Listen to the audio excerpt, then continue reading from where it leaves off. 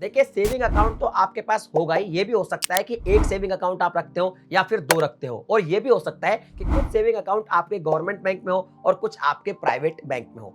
आपके पास किसी भी तरह का कोई भी सेविंग अकाउंट है तो ही ये वीडियो आपको जरूर देखनी है। तो आप इसमें एक काम कर सकते हैं, चैनल को सब्सक्राइब कर सकते हैं, क्योंकि यहाँ पे आपको मनी रिलेटेड कंटेंट तो मिलता ही रहेगा। देखिए, यहाँ पे बहुत सारे सवाल है सेविंग अकाउंट को लेके, बहुत सारी कंफ्यूजन है लोगों के दिमाग में। पहली कंफ्यूजन तो यही है कि भाई हम कितने सारे सेविंग अकाउंट ओपन करवा सकते हैं, प्राइवेट बैंक में कितने करवा सकते हैं, गवर्नमेंट बैंक में कितने करवा सकते हैं। तो अगर आरबीआई का कोई कानून देखें तो आरबीआई का ऐसा कोई भी कानून, कोई भी पॉलिसी, कोई भी नियम नहीं है जिसमें ये लिमिट फिक्स की गई हो कि आप इतने ही सेविंग अकाउंट ओपन करवा सकते हैं। आप चाहे जितने सेविंग अकाउंट ओपन करवा सकते हैं, वो सिर्फ और सिर्फ आपकी चॉइस है। लेकिन एक चीज ध्यान रखिए, सब में आपका पैन कार्ड लगेगा और पैन कार्ड एक ही होता है, यानी जितने भी सेविंग अकाउंट है उनमें जो भी ट्रांजेक्शन होगा वो आपके एक ही पैन नंबर पर होगा। अब वैसे तो बहुत सारे सेविंग अकाउंट आप ओपन करवा के रखते हैं तो इसका कोई नुकसान नहीं है, लेकिन जब आप मल्टीपल सेविंग अकाउंट खुलवा लेते हैं, मेरे हिसाब से 3-4 अकाउंट से ज्यादा आपको नहीं खुलवाने चाहिए, लेकिन अब भाई 8-10 अकाउंट आप रखेंगे तो कुछ नुकसान आपको हो जाएंगे। क्या होंगे बताता हूं। देखिए, सबसे पहली बात तो बहुत सारे जो सेविंग अकाउंट होते हैं, गवर्नमेंट में भी आजकल जो मिनिमम बैलेंस है वो आपको रखना पड़ता है, और प्राइवेट में थोड़ा ज्यादा मिनिमम बैलेंस आपको मेंटेन करना पड़ता है। तो सारे के सारे जो सेविंग अकाउंट है उनमें आपको जो मिनिमम जो बैलेंस है वो आपको मेंटेन करना पड़ेगा। और अगर आप वो नहीं करते हैं, भूल जाते हैं, ट्रैक नहीं कर पाते हैं, मैनेज नहीं कर पाते, तो वो जो आपका अमाउंट कम है उसमें से और बैंक चार्ज काटता रहेगा और आपका जो अमाउंट है वो कम होता चला जाएगा। दूसरा नुकसान ये है कि अगर मान लीजिए आपके पास लेट्स से 15 सेविंग अकाउंट है, लेकिन आपने 5-6 सेविंग अकाउंट ऐसे जिनके एटीएम कार्ड, जो डेबिट कार्ड होते हैं, वो ले रखे हैं, तो आपको एवरी ईयर, भले ही आप उनको यूज करो या ना करो, डेबिट कार्ड का चार्ज तो देना ही पड़ेगा। इसके अलावा एक एसएमएस चार्ज होता है, वो आपको एवरी मंथ पे करना ही पड़ता है। तो ये भी एक थोड़ी दिक्कत आती है, अगर आप ज्यादा अकाउंट रखोगे तो आपको ज्यादा चार्ज पे करने पड़ेंगे। और कुछ प्रॉब्लम ये भी मैंने देखी है कि कुछ ऐसे भी होता है कि आपने मान लो मल्टीपल सेविंग अकाउंट ओपन करवा रखे, कुछ सेविंग अकाउंट में आप बहुत लंबे टाइम तक कोई ट्रांजेक्शन नहीं करते, तो कई बार वो जो सेविंग अकाउंट होता है उसको डिसेबल कर दिया जाता है, ब्लॉक कर दिया जाता है या फिर बंद कर दिया जाता है, और उसको जब आप वापस से चालू करवाने जाते हैं तो कुछ बैंक ऐसे हैं जो उसमें भी चार्ज आपसे कुछ ले लेते हैं, तो ये नुकसान है। इसके अलावा अब बात करते हैं दूसरी, बहुत लोगों के दिमाग में ये भी रहता है कि सेविंग अकाउंट के अंदर हम कितना पैसा रख सकते हैं, क्या कोई इसकी लिमिट है।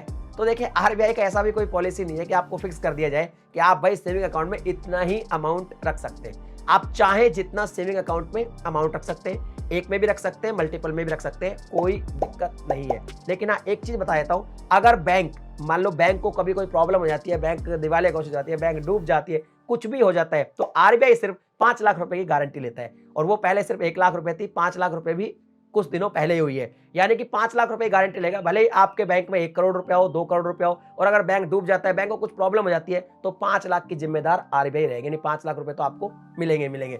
तो आपको सोचना है कि आपको कितने अकाउंट रखने हैं। दूसरा, अमाउंट आप कितना भी रख सकते हो, उससे कोई फर्क नहीं पड़ता, लेकिन कुछ नियम है। जैसे आप अगर कैश डिपॉजिट कर रहे हो कैश के रूप में, तो आप जितने भी आपके अकाउंट है, मल्टीपल हो चाहे एक हो, एक साल में 10 लाख रुपए से ज्यादा अगर आप कैश डिपॉजिट करते हो तो इसकी सूचना जो बैंक है वो इनकम टैक्स विभाग को दे देगा, और इनकम टैक्स विभाग आपको नोटिस जारी कर सकता है कि भाई ये जो कैश है आप कहां से लेकर आए हो। लेकिन अगर आप आईटीआर भरते हो और आईटीआर में शो किया है आपने कि भाई मेरे पास यहां से कैश आया और मैंने बैंक में जमा करा दिया, फिर आपको डरने की कोई बात नहीं है। लेकिन अगर आप इनकम टैक्स में शो नहीं करते हो तो फिर आपसे हिसाब मांगा जा सकता है। कुल मिला के गवर्नमेंट कहती है भाई कितना भी कमाओ, कितना भी रखो, आपके पास हिसाब होना चाहिए। वहीं अगर विड्रॉल की बात करें तो सारे मल्टीपल अकाउंट में मिलाकर आप एक साल में 20 लाख रुपए तक का विड्रॉल कर सकते हैं। अगर 20 लाख से ज्यादा कैश विड्रॉल करते हैं तो यहाँ पे सेक्शन 194N लगेगा और आपको 2% टीडीएस कट होने लग जाएगा, यानी 2% का टीडीएस कट हो जाएगा।